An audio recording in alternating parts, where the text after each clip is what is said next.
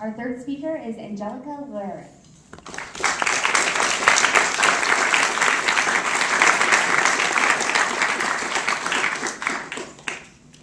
Music majors are the most likely group of college graduates to be admitted into medical school. I found that pretty interesting, so I did my research.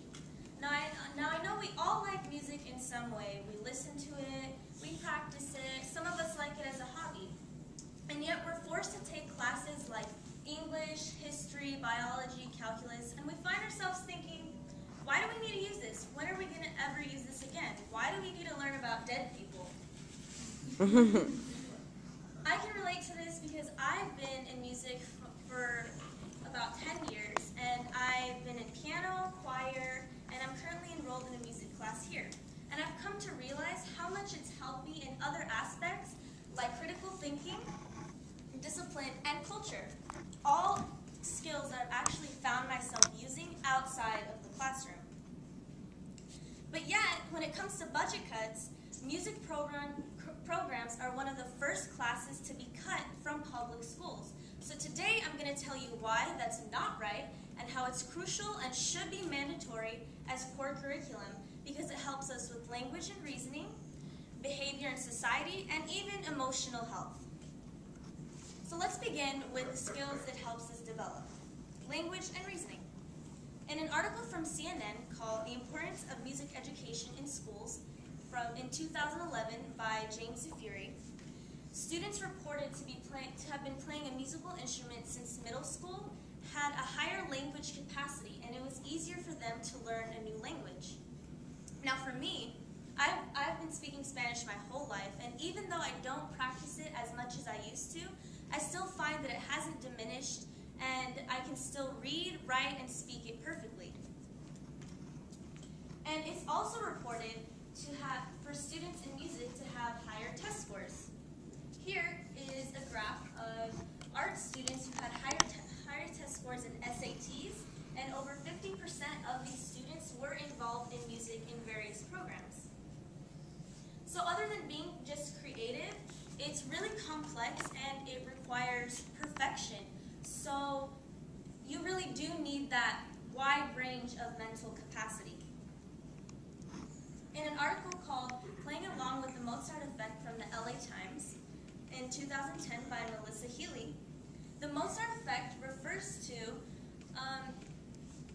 the higher skills in music students in proficiency exams, math scores, and the help it gives to children and adults in their abilities in dyslexia, autism, and ADHD. And college students who report to listen to Mozart have higher cognitive skills.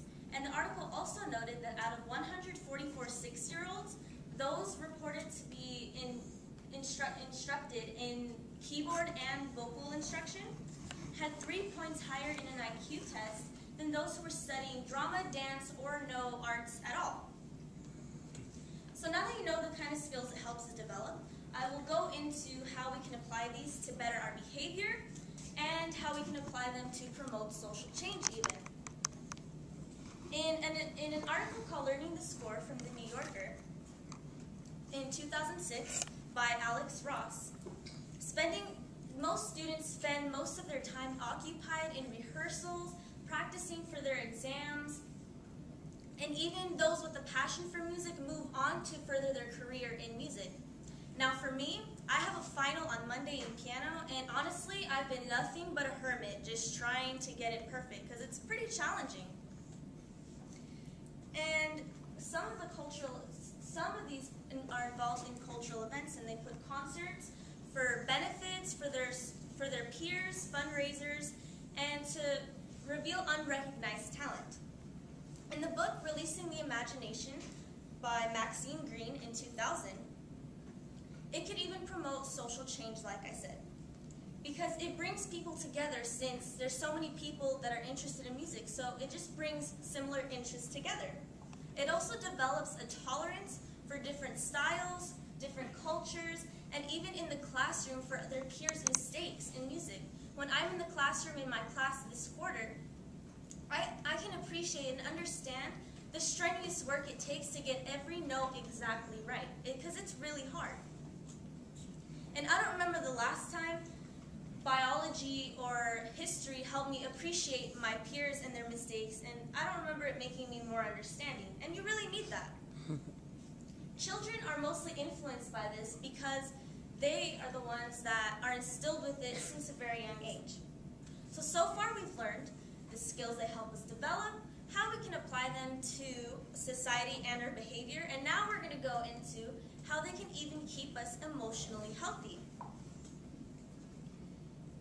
Music promotes emotional stability, and it can even give us a higher self-esteem.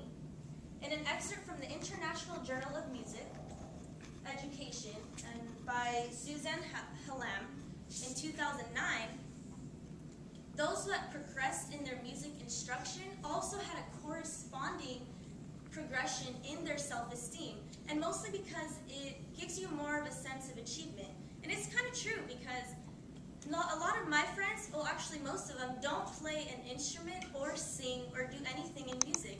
So it makes me feel pretty good that I can do something that not everyone can do, which feels pretty awesome.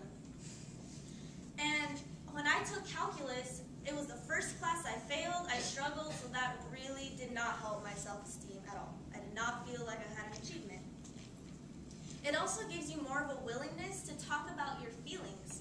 Now, I've been a pretty reserved person, but I have noticed that at times it becomes a lot easier for me, especially because I practice in my music class, to talk about my feelings and my struggles. It also keeps us emotionally healthy, and students at the University of Texas from the same journal reported that they had less issues with alcohol and they had more stable relationships. Now, I have a friend who's a math whiz. He wants to be a biomedical engineer, but since his freshman year in high school, he's struggled with alcohol, drugs, and stealing because he's just so unhappy with himself, and that's not good, obviously. So it ultimately just makes us comfortable with other people, with ourselves, and with a higher self-esteem, that means better cooperation with others, better teamwork, understanding of others, and ultimately better performance in about anything, right? So now that we know how the skills it helps us develop, how we can apply them to society, and how it can even help us keep ourselves sane, I hope you understand the importance of music classes in the classroom, because really it's just as important as any other subject. Now keep in mind that I'm not degrading any other subject or any other professor, but I am saying that these classes are just as important because they even help us in every other subject that we take. Therefore, they should be mandatory in core curriculum because of what we've talked about. They help us in language and reasoning, behavior in society, and even our emotional health. Because after all, when was the last time you did this to get you through the day? Thank you.